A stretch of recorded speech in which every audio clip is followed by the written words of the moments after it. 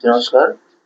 आपका खनिज और ऊर्जा संसाधन का जो चैप्टर है उसी संबंधित कुछ एमसीक्यू क्वेश्चन है। देखिए पहला क्वेश्चन क्या कह रहा है, निम्नलिखित खनिजों में जीवाश्म ईंधन कौन है।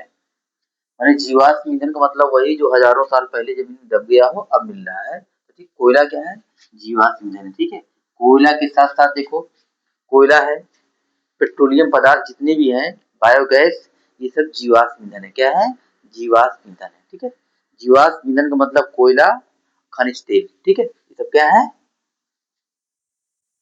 जीवाश्म ईंधन है। ठीक है, जीवाश्म ईंधन का मतलब कोयला के साथ साथ जितना भी हमारा खनिज तेल जो मिलता है हमें, जो पेट्रोलियम वगैरह है, क्या है, जितने भी पेट्रोलियम पदार्थ हैं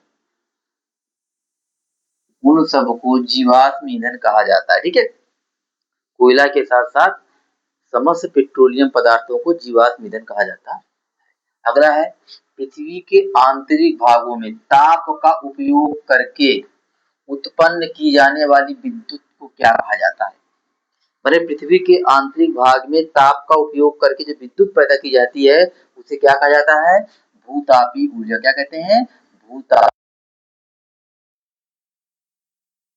बनती है बायोगैस। ज्वारीय ऊर्जा, मैंने समुद्र में जो ज्वार आता है उससे विद्युत उत्पन्न की जाती है, ज्वारीय ऊर्जा कहते हैं। पवन ऊर्जा का मतलब है जब पवन के द्वारा हवा की तेज झोंके के द्वारा विद्युत पैदा की जाती है उसे पवन ऊर्जा कहते हैं। अर्थात पवन ऊर्जा, ज्वारीय ऊर्जा, ठीक है, बायोगैस, ये सब ऊर्जा के नवीकरणीय स्रोत हैं। क्या है, नवीकरणीय मतलब जिन्हें हम दोबारा प्राप्त कर सकते हैं। ठीक है, तो भूतापीय ऊर्जा क्या है, पृथ्वी के आंतरिक भागों में ताप का उपयोग करके उत्पन्न की जाने वाली विद्युत ऊर्जा को भूतापीय ऊर्जा कहते हैं। एंथ्रेसाइट का संबंध किससे है, एंथ्रेसाइट का संबंध किससे है, कोयला से। ठीक है, ये कोयला क्या है, एक अयस्क है एंथ्रेसाइट, जो कि सर्वोच्च है। क्या है, सर्वोत्तम। ठीक है, अगला है झारखंड स्थित कोडरमा। कोडरमा एक खान है, उसमें से कौन सा खनिज निकाला जाता है, तो झारखंड स्थित कोडरमा से अभ्रक। कोडरमा को अभ्रक की राजधानी भी कहा जाता है। झारखंड का जो कोडरमा खान है उससे अभ्रक निकाला जाता है। कोडरमा खान को अभ्रक की राजधानी भी कहा जाता है। अगला, निम्नलिखित में से कौन सा नवीकरण योग्य संसाधन नहीं है। ऐसा संसाधन जिसको दोबारा प्राप्त नहीं किया जा सकता है तो वो है जीवाश्म ईंधन। जीवाश्म ईंधन और जो कोयला है इसे हम दोबारा अगर एक बार समाप्त हो गया तो दोबारा प्राप्त नहीं कर सकते हैं। बाकी पवन ऊर्जा, जल और वन जो है ये दोबारा प्राप्त होने वाले या तो कहो नवीकरणीय संसाधन के स्रोत हैं या गैर परंपरागत संसाधन के स्रोत हैं। अब झरिया किस लिए प्रसिद्ध है, झरिया कहाँ है, झारखंड में है, कोयले के लिए प्रसिद्ध है। ठीक है, झारखंड के धनबाद जिले में स्थित है। क्या, झरिया से सर्वोत्तम कोट का कोयला निकलता है। मुंबई हाई किस लिए प्रसिद्ध है, तेल एवं प्राकृतिक गैस के लिए। ठीक है ना, झरिया कोयले के लिए, कोडरमा अभ्रक के लिए। ठीक, मुंबई हाई तेल और प्राकृतिक गैस के लिए प्रसिद्ध है। ठीक है, याद रखना इसको। झारखंड की कोडरमा खान अभ्रक के लिए प्रसिद्ध है। ठीक, झारखंड की जो झरिया खान है वो कोयले के लिए प्रसिद्ध है। ठीक है, मुंबई हाई वो तेल और खनिज माने खनिज तेल प्लस गैस का, प्राकृतिक गैस का सर्व उत्पादक क्षेत्र है। कौन, मुंबई हाई।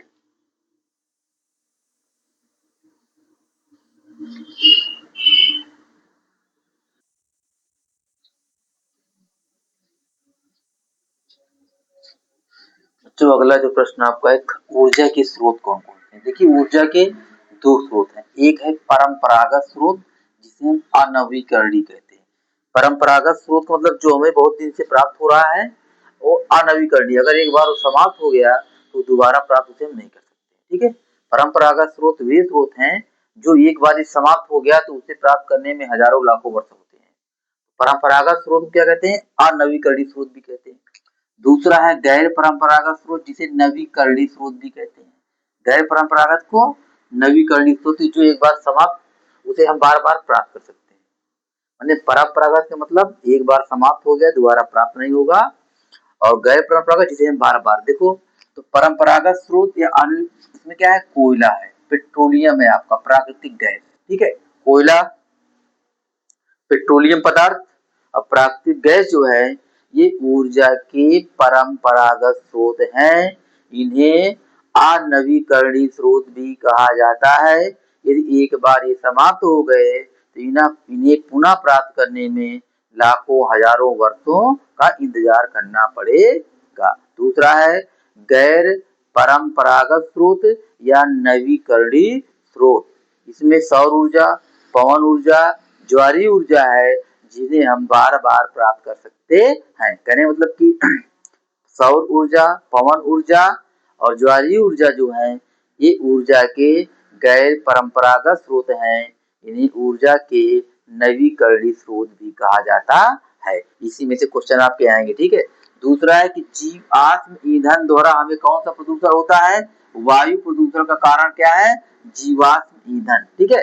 माने जीवाश्म ईंधन के द्वारा बहुत ज्यादा वायु प्रदूषण होता है, बल्कि जो परमाणु जो ईंधन होता है उससे वायु प्रदूषण नहीं होता है, कम होता है। खनिज दो प्रकार के होते हैं, धात्विक खनिज और अधात्विक खनिज। धात्विक खनिज में आपका लौह अयस्क है, तांबा, चांदी, सोना, ये सब क्या है?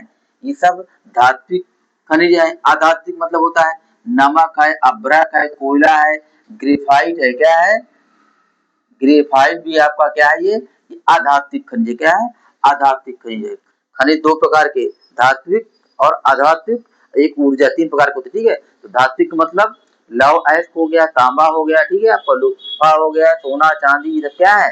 ये सब धात्विक खनिज है, पीतल वगैरह, ठीक है। लेकिन नमक है, अभ्रक, कोयला, ग्रेफाइट, ये क्या है? अधात्विक खनिज है। अगला है इस्पात बनाने में मैग्नीज खनिज का प्रयोग किया जाता है, ठीक है। इस्पात बनाने में मैग्नीज खनिज का प्रयोग किया जाता है। लौह अयस्क क्या होता है? किसी देश के विकास के लिए जो आधारभूत खनिज क्या होता है? लौह अयस्क होता है। मतलब जिस देश में लौह अयस्क जितना अधिक प्राप्त होगा वह देश उतना अधिक उसका उपयोग करके तरक्की करेगा। तो लौह अयस्क को किसी देश का आधारभूत खनिज कहा जाता है। इस्पात बनाने में मैग्नीज खनिज का प्रयोग किया जाता है। अब देखो प्राकृतिक गैस क्या है? ये ऊर्जा खनिज है, क्या है? ये ऊर्जा खनिज है। प्राकृतिक गैस से क्या प्राप्त होती है? ऊर्जा प्राप्त होती है। माने जिन खनिजों से हमें ऊर्जा प्राप्त होती है उसे हम ऊर्जा खनिज कहते हैं। अब हेमेटाइट का संबंध किससे है? लौह अयस्क से। किससे? लौह। हेमेटाइट क्या है? लौह अयस्क का एक खनिज है, क्या है? लौह अयस्क का एक खनिज क्या? हेमेटाइट है। जो आग्नेय चट्टानें होती हैं उनमें ग्रेफाइट पाया जाता है। आग्नेय चट्टानों में क्या पाया जाता है? ग्रेफाइट पाया जाता है। जो हमारी पेंसिलों में लगा होता है ग्रेफाइट क्या है? आधात्विक खनिज है, क्या है? आधात्विक खनिज है। लेकिन तब भी ग्रेफाइट क्या होता है? विद्युत का सुचालक होता है। ग्रेफाइट क्या होता है? विद्युत का सुचालक होता है। हेमेटाइट का संबंध लौह अयस्क से। आग्नेय चट्टानों में ग्रेफाइट पाया जाता है। प्राकृतिक गैस क्या है? ऊर्जा खनिज है, ठीक है। एक बार देख लेना आप लोग।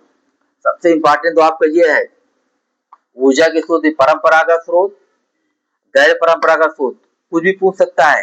परंपरागत स्रोत कोयला, पेट्रोलियम, प्राकृतिक गैस। अनवीकरणीय स्रोत कोयला, पेट्रोलियम, प्राकृतिक गैस। गैर परंपरागत स्रोत सौर ऊर्जा, पवन ऊर्जा, ज्वारीय ऊर्जा। ऊर्जा के नवीकरणीय स्रोत में सौर ऊर्जा, पवन ऊर्जा और ज्वारीय ऊर्जा। आप इसे एक बार ध्यान से देख लीजिएगा, एक दो बार फिर पढ़ लीजिएगा, अपने आप आ जाएगा।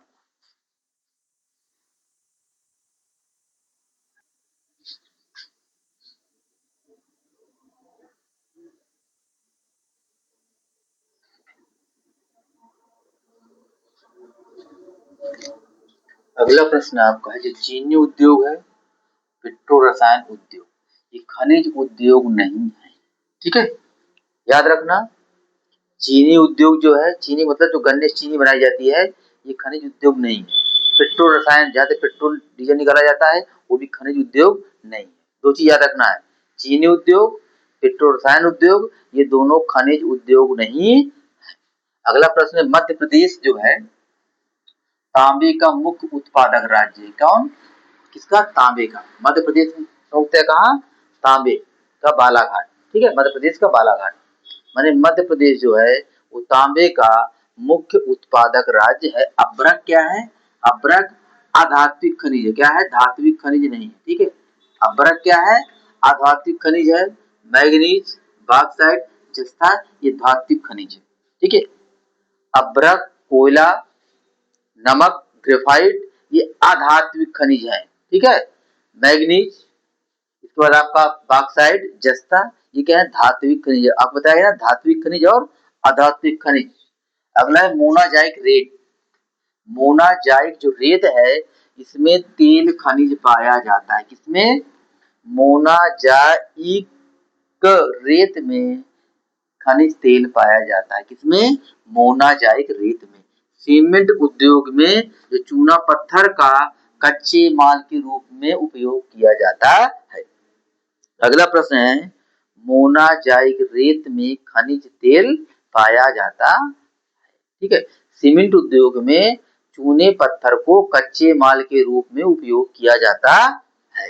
अगला है बॉक्साइट उत्पादक मुख्य राज्य क्या है? उड़ीसा है।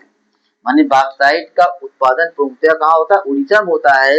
अब एल्युमिनियम उद्योग में बॉक्साइट का कच्चे माल के रूप में प्रयोग किया जाता है। अर्थात एल्युमिनियम उद्योग में बॉक्साइट का कच्चे माल के रूप में प्रयोग किया जाता है।